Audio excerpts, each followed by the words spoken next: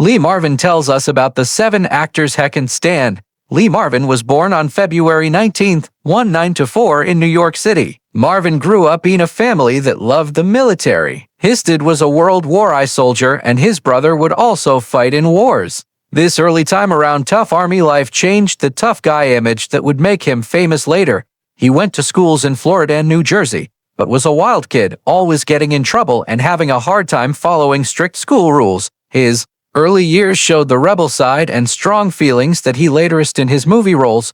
Marvin's life changed big time when World War II started and he joined the US Marine Corps when he was 18. He fought with the 4th Marine Group in the Pacific Ocean and saw terrible fighting in the Battle off Saipan in 1944 where he was badly hurt by machine gun bullets. Shot in the bottom and back nerve, he spent more than a year getting better in a Navy hospital and finally got the Purple Heart Medal. These war times left him hurt both in his body and feelings, but also made him real when he played soldiers, bad guys, and tough men on screen. Unlike many actors who only pretended to be war heroes, Marvin really lived through the scary parts of war, which made his acting have a realness that movie fans could feel was true. After the war, Marvin moved around doing different jobs before he ended up working as a helper to a pipe fixer at a community theater. Almost by luck, he was a scheduled to fill in for a small part when an actor got sick, and doing this made him want to try acting. People who helped him said he should try it,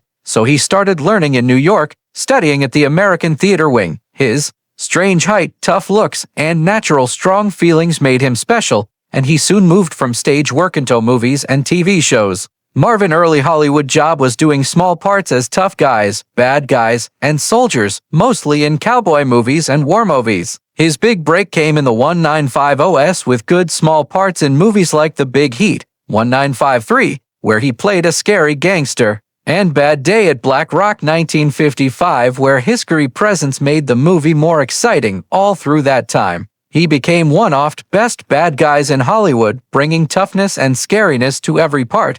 The 1960 seconds, though, was when he changed from small part actor to big movie star. Marvin was the main guy in movies that showed how good he was at different things. In John Ford's The Man Who Shot Liberty Valance, 1962, he played the mean outlaw Liberty Valance alongside John Wayne and James Stewart, making one of the best bad guys in cowboy movies. He also showed a funnier side in Cat Ballou 1965 where he amazed people by playing with different parts. Both the drunk gunfighter kid Shalene and the bad guy Tim Strawn. His funny but sad acting won him the Academy Award for Best Actor, making his place among Hollywood's best actors. After this big win, Marvin became one of the time's most money-making leading men. He starred in Dirty Dozen, 1967, a big war movie that became a huge hit at movie theaters and is still one of his most famous movies. His powerful acting as Major John Reisman, given the job of leading a group of prisoners in a dangerous mission,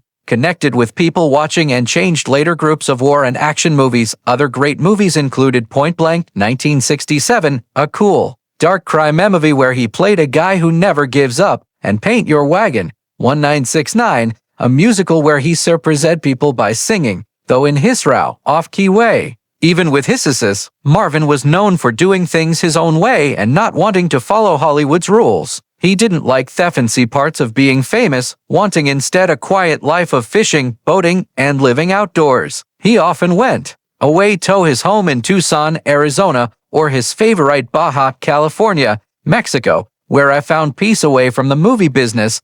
Marvin also talked openly about his problems with drinking alcohol, which sometimes measured his personal and work life. In his later job, he kept appearing in movies like Emperor of North, 1973, The Klansman, 1974, Avalanche Express, 1979, and Gorky Park, 1983. Even as he got older, Marvin brought seriousness and toughness to his parts, showing a kind of manliness that seemed more and more rare in the changing world of Hollywood. His last movie was The Delta Force, 1986, where he acted with Chuck Norris, playing a tough old military leader in one last goodbye to his action hero character. Lee Marvin's personal life was as colorful and mixed up as his famous job on screen. In April 1952, when his early rise in Hollywood was going great, Marvin married Betty Ebling, a marriage that would last 15 years and give them 4 children. Their first child, a son named Christopher Lamont Marvin, 1952 to 2013.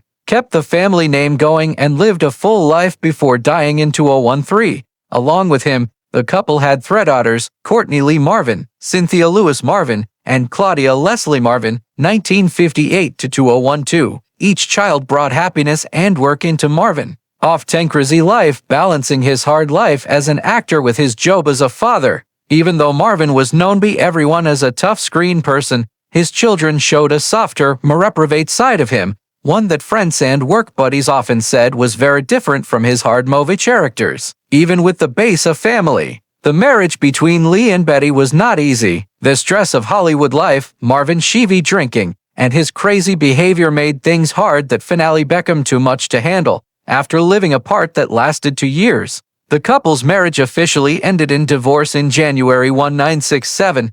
The breakup was painful not only for Marvin and Betty but also for their children who grew up caught between the bright lights of Hollywood and the reality of family breaking apart. Many years later in 2010, Betty told her own story about their marriage in her honest book Tales of a Hollywood Housewife, a book by the first Mrs. Lee Marvin. In the book, she told about her times as wife of a rising movie star, showing light on both the fancy parts and the hard times of being married to a man whose job needed constant attention.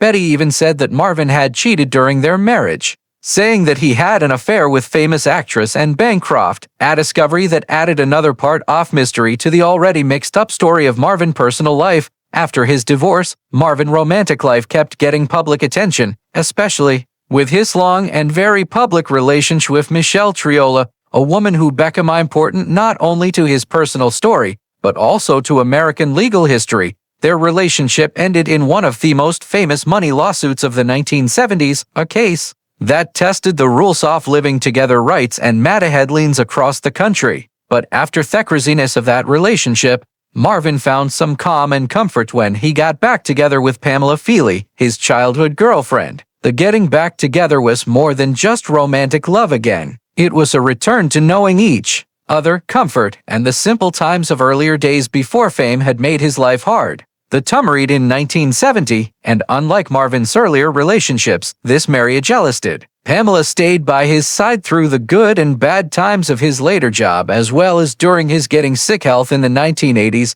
staying with him until his death. In 1987, after Marvin died, Pamela honored their love and her husband's memory by writing and printing the book Lee Romance in 1997. In the book, she shared not only close stories of their life together, but also a very personal picture of man behind the tough personality. While people watching movies knew Marvin as their voiced anti-hero of movies like 30 Dozen and Point Blank, Pamela painted a picture of a more easily hurt, loving, and very human person. Her book became both a love letter and a proof of the lasting love that had brought them together again after so many years apart, making sure that Lee Marvin's memory was remembered not only in movie terms but also in the more close world of love, friendship, and family.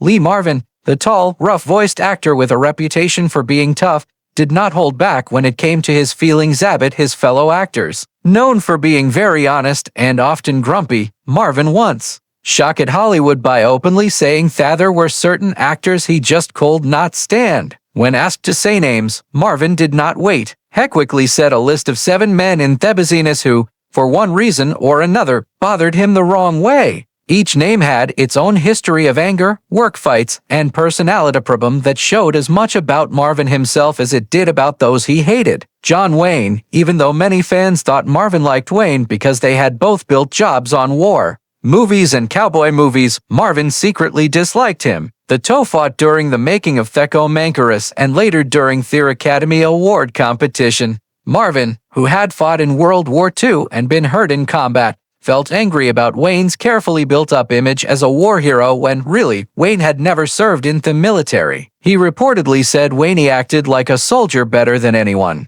but couldn't handle the mud, blood, or blaze. Marvin also disliked Wayne's political ideas, thinking him too strictly conservative, and the anger between them lasted until Marvin's death. Charles Bronson. Marvin often said Charles Bronson was too cold and too full of himself.